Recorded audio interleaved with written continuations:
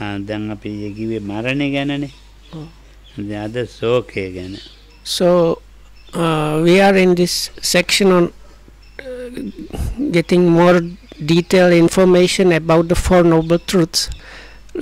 Lokam started with the first one a few days back, and the definition of dukkha was, or suffering, was as jara, marana, jati, jara, marana, so and so on. So that is birth, aging, death. So now we are coming to the next part, which is soka and parideva, which is, I think, translated as something like sorrow and lamentation in the English translations. දැන් ශෝකය ඇති වෙන්නේ මේ ඥාතියෙක් කෙනෙක් නැති වුණා මරුණාම. So what is called soka or sorrow in the English translation is the state when that happens when one of your relatives passes away. Oh. සිතට ඇති වෙන දුම්නස. So it's this kind of mental pain that is felt when something like that happens. Oh. ඇතුළත ඒවා සිත දැවීම මතෙන් තියෙන ශෝකයේ ඒක ලක්ෂණය. So this kind of something like burning in the mind, that is the characteristic, the lakhana of soka.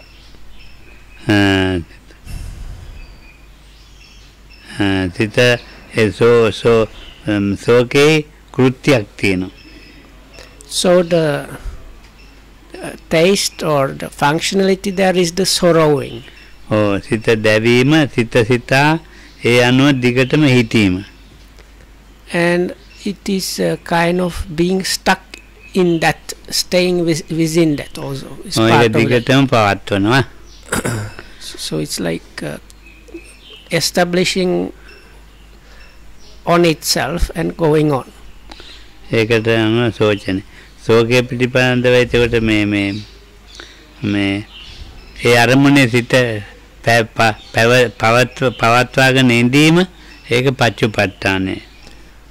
So the way it's experienced and also it means also a kind of established is the mind hanging around and the same object. So that is here this object of sorrow. Oh, ඒක කලක් තියෙන්න පුළුවන් පච්චුපට්ඨාන. So this experiencing it or this being established in that, it might take some time. Like it might last for some time. ක්‍රමානුකූලව ටික තමයි අඩු වෙන්නේ. And it kind of diminishes gradually. So little by little with the time, this sorrow and sorrowing is decreasing. Oh. ශෝකයේ ඇතිවීමට මේ තණ්හාවත් උපකාර වෙලා තියෙනවා. So the one that assisted for the arising of this soka or sorrow was craving, tanha. ඉතින් ඒ දැන් අපි එකට ජීවත් වුණානේ. දැන් අපිට උපකාර දැන් එක එක්කෙනාට කර උපකාරයන් සිහිපත් වෙනවා. ඔව්. ඒ සිහිපත් වෙලා ඉතින් ඒක මේ ඒ අර එතන පොඩි තණ්හාවක් තියෙනවා. ඒක තමයි මේ සිහිපත් වෙන්නේ. ඒ කියන්නේ මැරිච්ච කෙනෙක්ද? ඔව් දැන් මැරිලා. ඔව් හරි. ඔව්.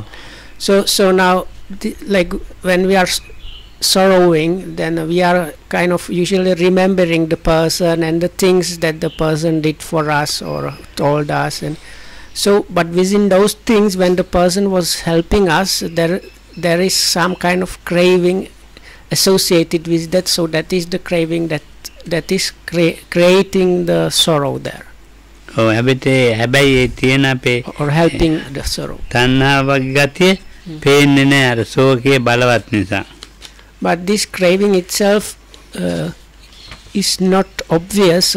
It's not easy to see because of this sorrow itself is so strong and prominent. It kind of does not allow one to identify the craving there. ඉතින් අන්නේ නිසා මේ ඒක එච්චරයි ශෝකය ගැන කියන්න තියෙන්නේ. ශෝකේ පොඩක් තියෙනවා. ඉතින් ශෝකේ මේ ඉතින් හිතා හදාගෙන ඉන්න පුළුවන් සෝකේ අරගන්න. ඉතින් සෝකේ අරගන්න එක තමයි මේ වැදගත් වෙන්නේ කොහොම හරි. So we can talk about this sorrow in great length, and it is but the main thing is there is something that is just going on in the mind, and the important thing there is how like overcoming it somehow. That if you manage to do that, that is kind of good thing, and that is kind of important to know. ධර්ම ශ්‍රවණය සාකච්ඡා. So one of the ways mentioned is listening to some Dhamma talk or discussion. ස්වභාව ධර්ම ගැන සිහිපත් කිරීම. මොකද? ස්වභාව කියන්නේ මේ nature. Nature. So other thing is contemplating natural things. So ekiyana nikan ara wana giyot nikan ara gas kolan balanawa. ඒ වගේ දැන් ඒ වගේ. So one which might take the form of like you are just in the greenery and kind of just staying there in with watching the trees and birds and whatnot. So this the nature has kind of calming effect. So ටික ටික අඩු කරගන්න පුළුවන්. So with those one can little by little decrease the sorrow. ඒ කාලයෙන් තමයි අරගන්න තියෙන්නේ. But the main thing is there is actually the time aspect itself is the cure. ගුණධර්ම උංගා පුරුදු වෙච්ච එක්කෙනාට ඒක හිතින්නේ අවුල් වෙච්චද. But also for somebody that has practiced quite a lot, practiced Dhamma quite a lot, this Soka does not have the power to stay too much really. ඉන්නන පරිදේවය. So that is all for Soka or sorrow. So the next item on the list of what consists dukkha or suffering is parideva, translated in English usually is lamentation. එතකොට මේ ඒ ඥාති කවුරු හරි නැති වෙලා මේ ඒ ශෝකේ වැඩි වෙලා වෙහෙසටපත් වෙන එක තමයි මේ පරිදේවයයි කියන්නේ විලාප කියන. So this parideva is explained like this. It's the same situation, probably one of your relatives or somebody close to you really died. So then it starts off as sorrow, but the sorrow intensifies so much that you fall into some kind of exhaustion because of the sorrow. පරිදේව දුක්ඛය ඒකට කියනවා. So this is but that's the dukkha, the suffering aspect of that is there in lamentation or parideva. විලාප කියනවා නැත්නම් නැති වෙච්ච එක්කෙනාගේ ගුණ කියනවා. So part of that is talking about these good qualities of the passed away person. ඒ ගුණ කියන විලාප ගුණ ඒක විලාප ඒක and as the English name suggests, it's also crying or bewailing. So එතකොට නිකන් මේ ඒකේ කෘත්‍යය මේ නිකන් අමුතු වෙලා නිකන් මෙන්න මෙහෙම වෙලා ඉන්නවා. මොනවාකට වැටෙන්නේ. So or it can have the effect of being in kind of shock and complete like spaced out of the touch with reality. ඔළුවට යමක් යන්නෙත් නැහැ. That his mind is in this kind of shock state. The mind is unable to apprehend anything really. පරිදේවේ වැටෙන ආකාරය තමයි. So that is the way the parideva or this lamentation is experienced. එතකොට දුකන කායික දුකයි දෝමනසන මානසික දුකයි. ඒ පරිදේව කතා ඉවරයිද? පරිදේව ටචුට්ටක් තියෙනවා. So there is a bodily suffering and mental suffering. මේ දැන් ඉතින් මේව ඔළුවේ තියෙන ඉස්සකෑවලින් ඇදලාම දානවා. Because sometimes if you know the scriptures, they kind of actually sometimes use it. So they say they like cry out loudly and with like tears streaming. They are pulling their hair and beating their breast. Sometimes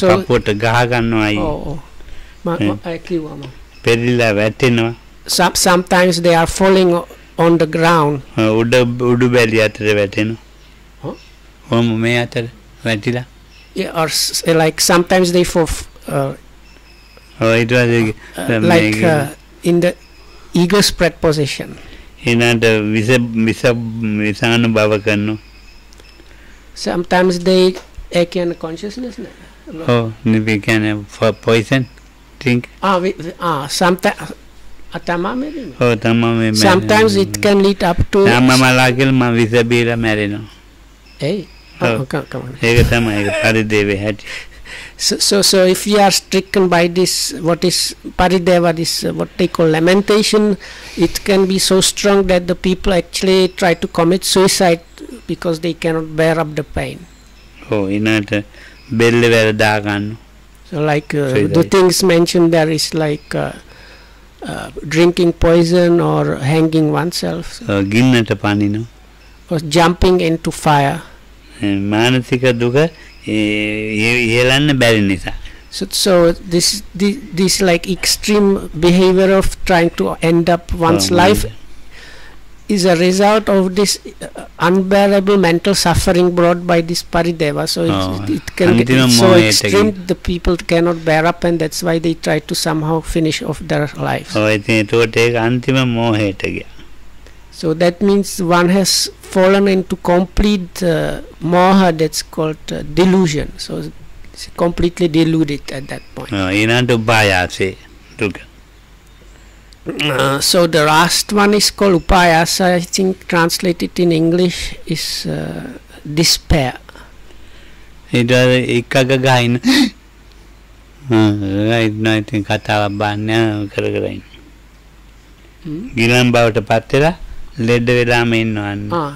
So that is like sometimes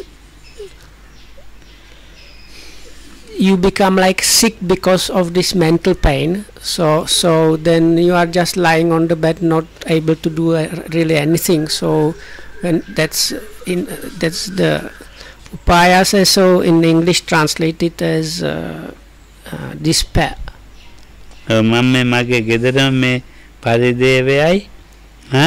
සෝකයයි පරිදේවයි උපාසයයි තුනම දැකලා තියෙනවා ගෙදර. So Lokam says, within my own family or household, I have seen the sorrow, the soka, also parideva, the lamentation, as well as upayasa, the despair also. අවුරුදු 15ක් 20ක් යනවා ඇරෙන්න.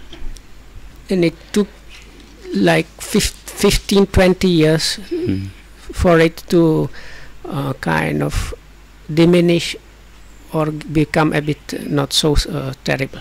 ඒකයි ස්වභාවය. දුක්ඛ ඉවරයි දැන් කතා කරලා සමුදය.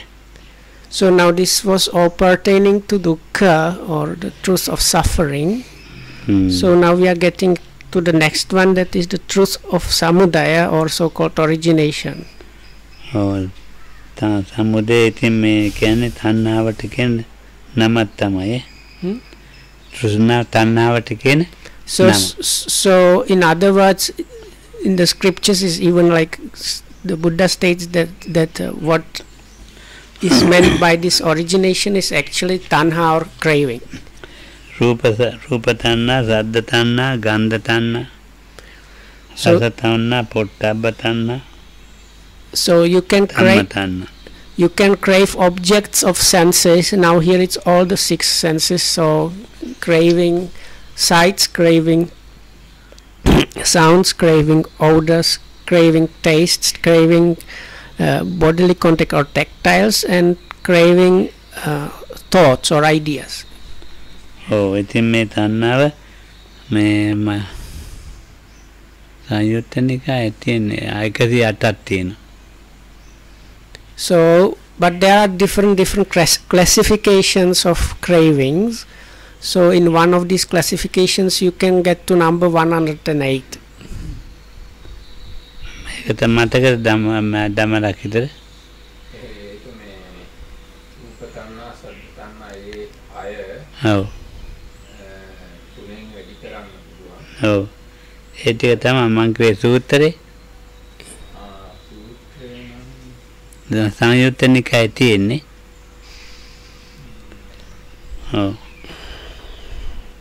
තුනෙන් වැඩි කරම 18යි නේ. ඒ එදා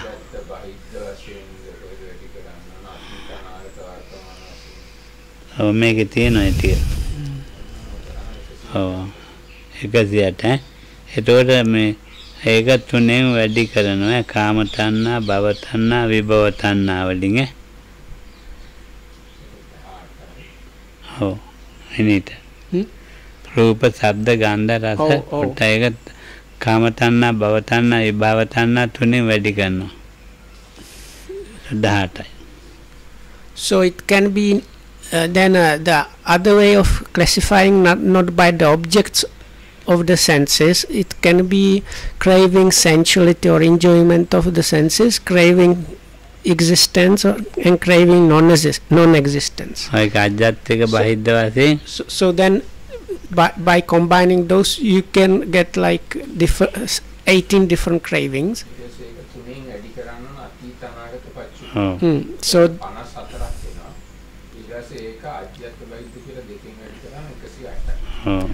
so then it can be connected to past, future or present, so then it's 54.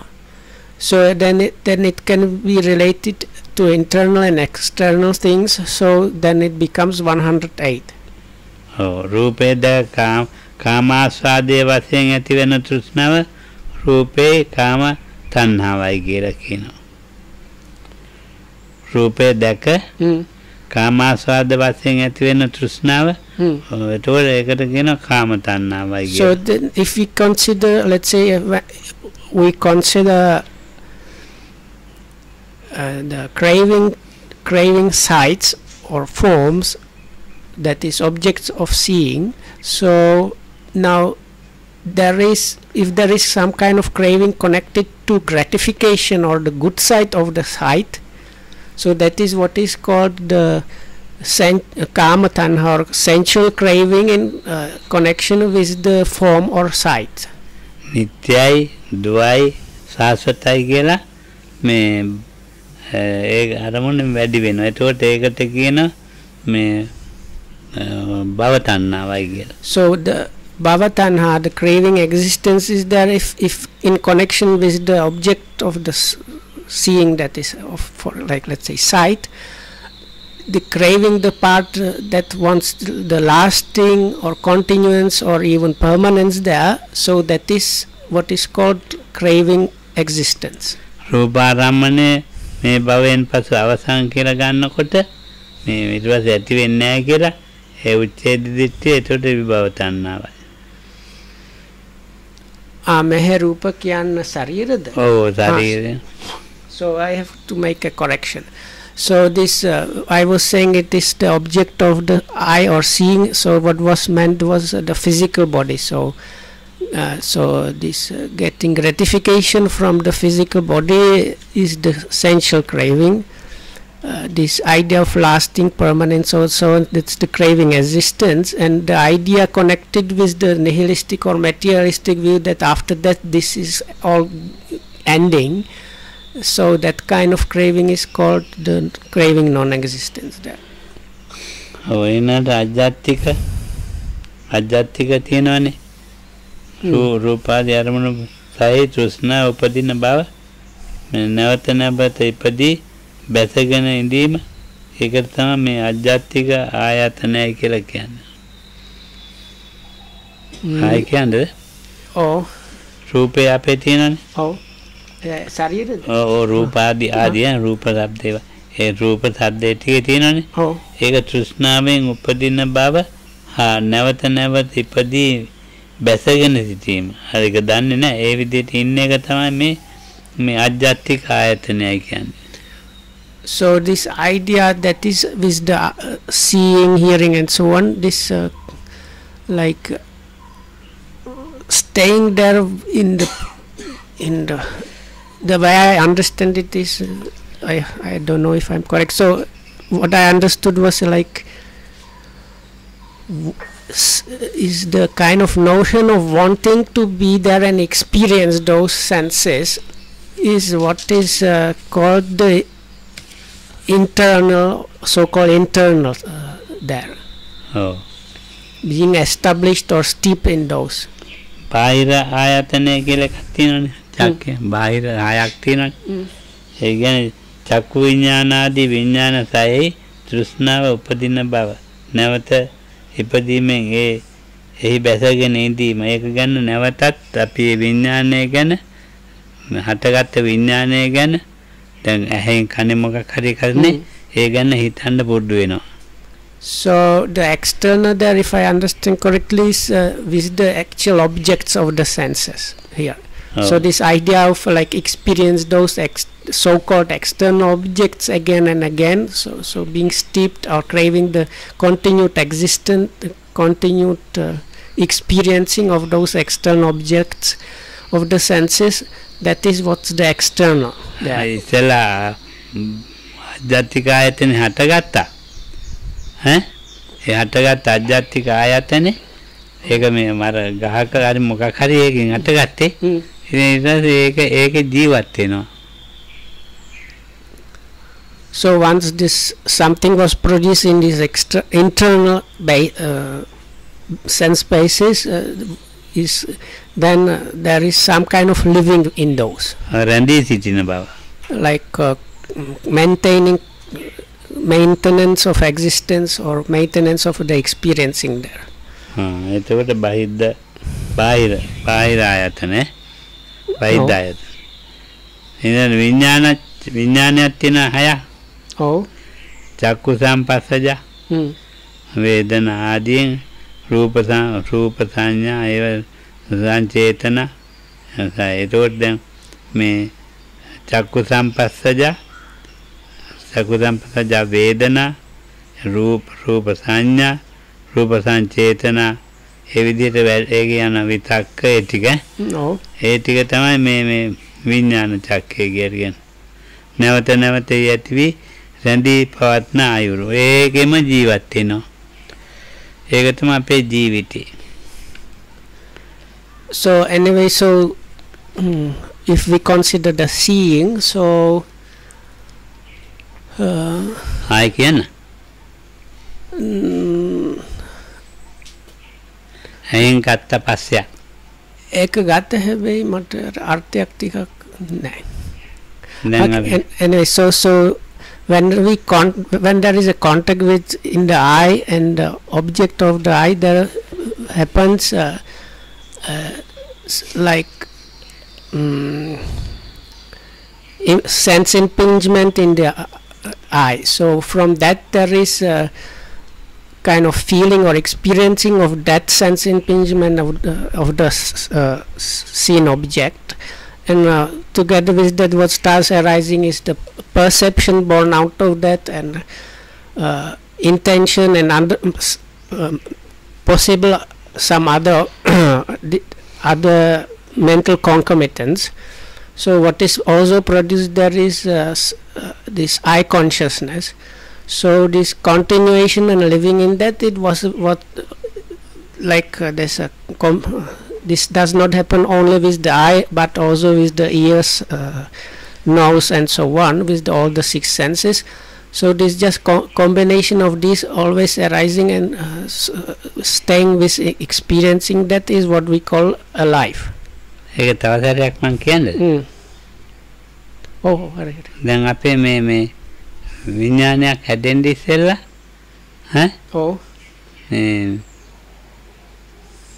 මනස සිත පවතිනවා. සිතක් තියෙනවා නැත්නම් මනස තියෙනවා. So Lokan says before the consciousness is really produced, there is some kind of like mind functioning. ඒක එක්ක තමයි මේ පස්ස වෙන්නේ. So with that, චෛසිකේ පළවෙනි එක. So with that, it's like maybe was meant like a mind potential or mentality potential there. So anyway, first of the mental factors that really arises in any sense experience is contact, or this called contact in English, phassa in Pali. ඒ සම්පස්ස වුණාන් පස්සේ මේ ඒකම වේදනාවක් හට ගන්නවා. So this phassa happens because of sense impingement, some phassa. So out of this sense impingement and the contact, what happens next is vedana or feeling or experiencing born out of that. ඊට පස්සේ රූප සංඥාව හට ගන්නවා. So what happens next is the craving for the form, if we consider the eye, so that's the form, the visible data. ඒ සංඥාවට පස්සේ චේතනාව හට sorry, correction. Not for craving, perception. So we have perception of the form. ඔව් චේතනාව හට ගන්නවා. So once the perception is also there, there is kind of intention or volition also. චේතනාව හටගත්ත ගමන් තණ්හාව හට ගන්නවා. So it is when this volition or intention is also added up that the craving is mixed up in the process. තණ්හාව හටගත්ත ගමන් විතක්කේ හට ගන්නවා. So once the craving has arisen, vitakka or applied thought also is produced. විතක්කේ හටගත්ත ගම ඒ අරමුණ මල්ලගෙන මේ ජීවත් වෙනවා විචාරේ. So once that has happened, what happens is this like how to say this in English? There's like what happens is a grab hold of the object and kind of continuance with the object, which is vichara, like keeping with the object is vichara or sustained thought. චචක්ක සූත්‍රේ චචක්ක සූත්‍රේ චචක්ක සූත්‍රේ කියන සූත්‍රයක්. So there is a sutta called Chachakka, like six. Oh.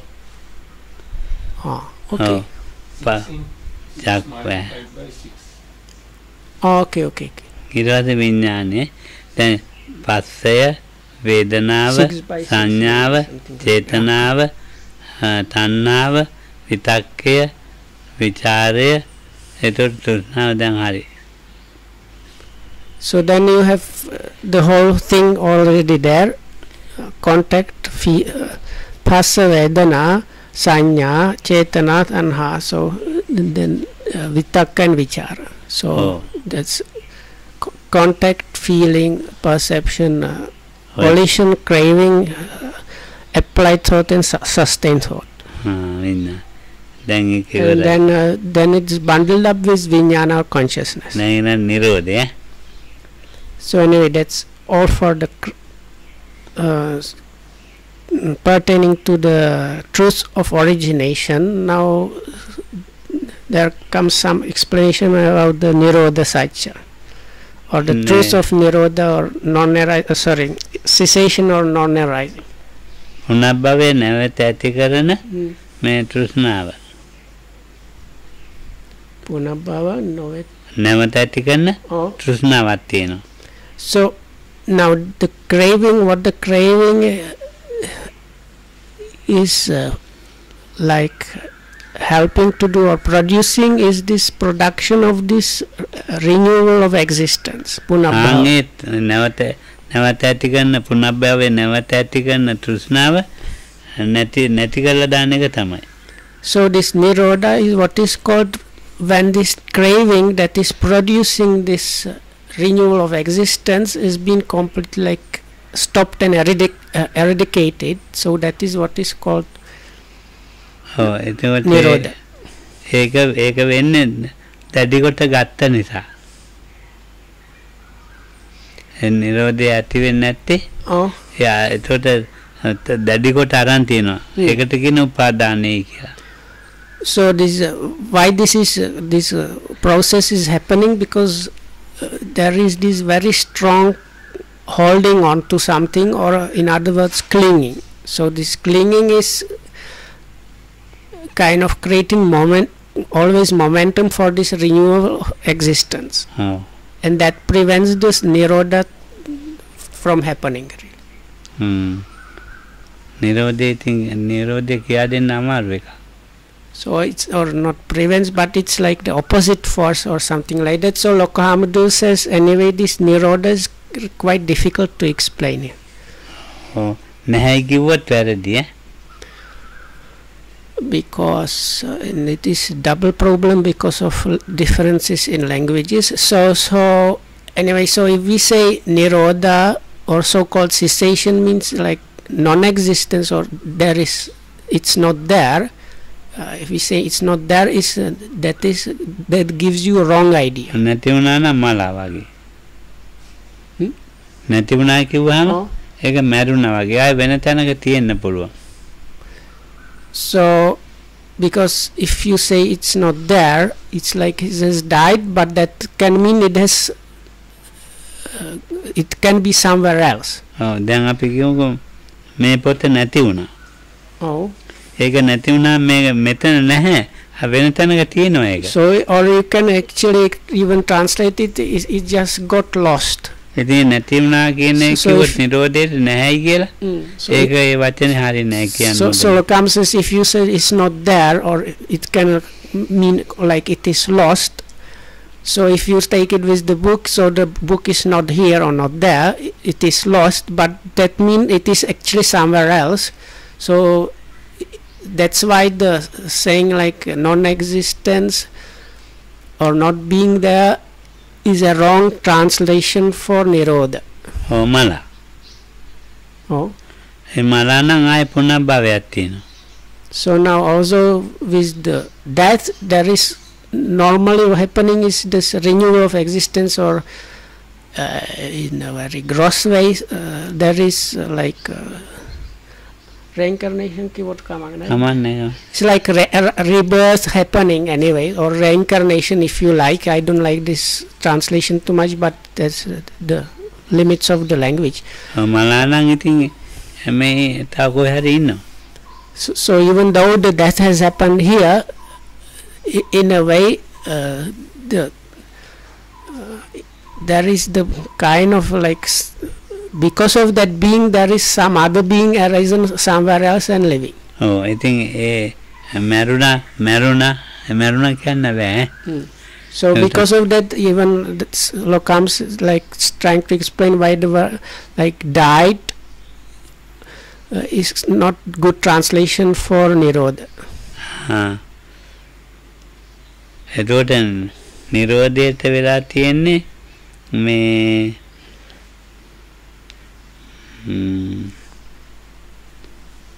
දැන් නිවනට තමයි නිරෝධය කියලා කියන එක කියන්න වෙන්නේ. එතකොට නැති දෙයක් කියලා කිව්වොත් වැරදෙනවා. So also because the word nirodha is sometimes used as a kind of synonym for nibbana.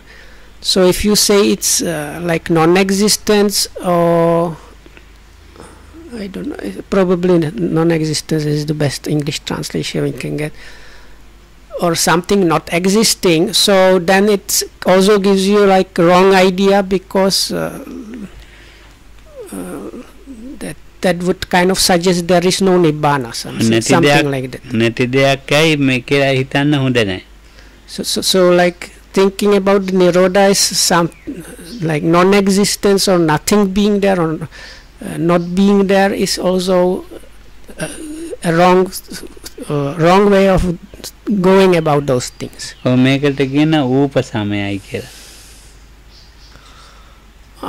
So the other word used is upasamo, so which is translated as I think something like tranquilization or release or peacefulness. Oh.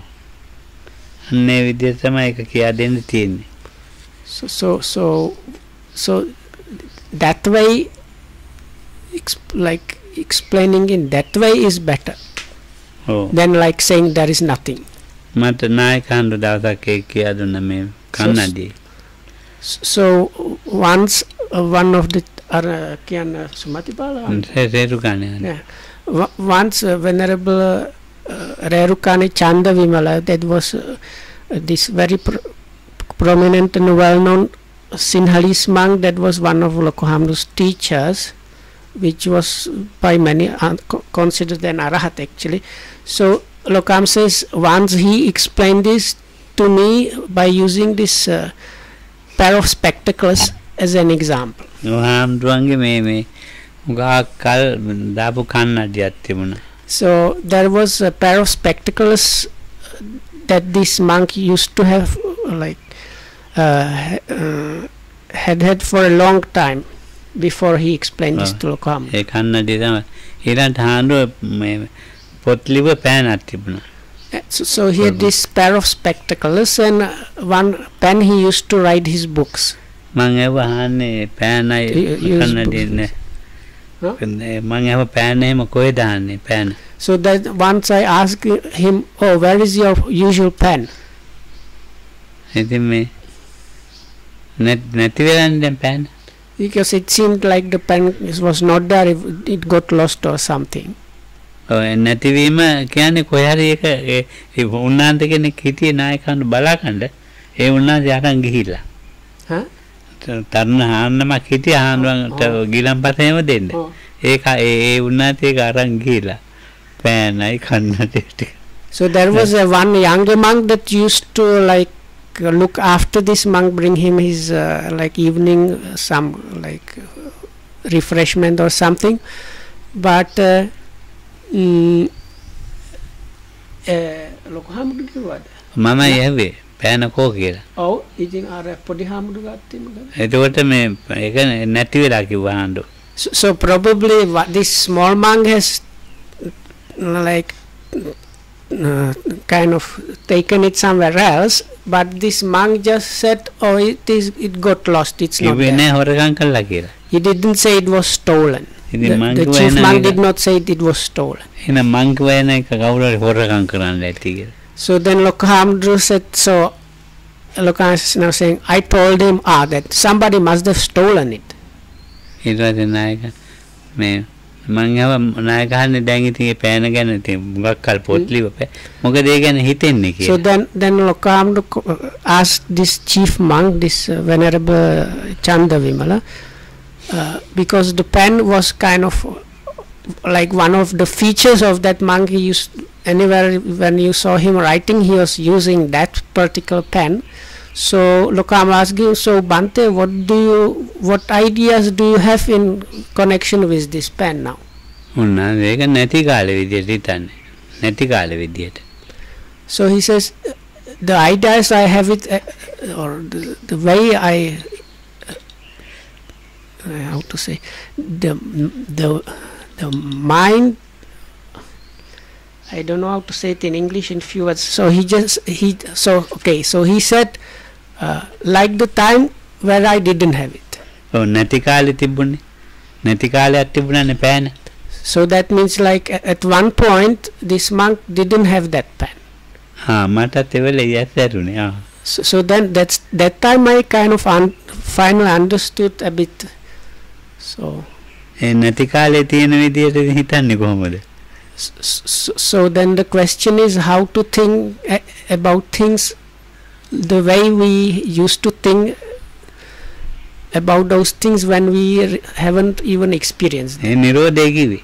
So this is just kind of actually explanation of the Nirodha. නැති කාලේ ඇටි පෑන නැති කාලේ ඇටි තමයි දැන් හිතන්නේ කිව්වා. So it's something like this, if I put it in my words, is like that. නැති කාලේ හැටියට හිතනකොට තණ්හාවක් හිතන්න බෑනේ. So that monk, his mind state in connection with the pen was same as it was before he ever experienced the pen. So that means at that, before you get the pen or any information about that, there cannot be any craving or anything really arising in connection with the pen. එතකොට ඔන්න දැන් බලන්නකො එකෙන් කොච්චර ඉතින් පැහැදීමක් ආවද කියලා. දැන් නිරෝධය කියන්නේ කියා දෙන්න බෑ. හරි අමාරුයි. So anyway, as Lokam said, this explaining this Nirodha is extremely difficult. So I am having a lot of difficulty even just translating that. So මට even පරිවර්තනත් කරන්න. පරිවර්තන කරන්නත් බෑ. හරි අමාරුයි. මම කිව්වා. Okay. එතකොට මේක මේ නිවන කියන එක දෙආකාරයකට කියනවා. So now this talk about Nibbana is there in two certain ways. සෝපදිශේෂ අනුපදිශේෂ ජීවත් වෙලා ඉන්නකොටයි ජීවිත මාසේ පස්සේ. So in Pali is sa upadisesa and anupadisesa, no? Nirupadi and so which is translated something like with something left and without something left, or something like that is the English translation. ඉතින් ජීවතුන් අතරයි ජීවත් වෙනවා. පංචස්කන්ධය පරිහරණය කරන්න එපා. ඒ පංච උපාදානස්කන්ධයක් නැතුව. So for an arahat that is a fully liberated one, still the five aggregates are still working and arising, but they are not the five aggregate subject to clinging. ඒක උපදී වලින් හැදුනේ මව්කුසේ. So because part of that was produced already at the time of conception, so ඒක දැන් නැතුව ගියා පස්සේ මැරුණා. So that is what is finished off at the time of death. හිතගේ මානිත නිවනේ ලක්ෂණ තුනයි ශුන්‍යත අනිමිත්ත අපනිත. ඉවරයි. So this is all for now. This is because this is quite complex thing, so we will take up this more explanation about Nibbana tomorrow. පුනබ්බවෙන්නේ. So that is kind of පුනබ්බවය කියන්නේ හිත. So this is like when Lokam was talking about this renewal of existence or Punabhava, so you can see how we are always producing that. Super. So may you be well and happy, and thanks for listening.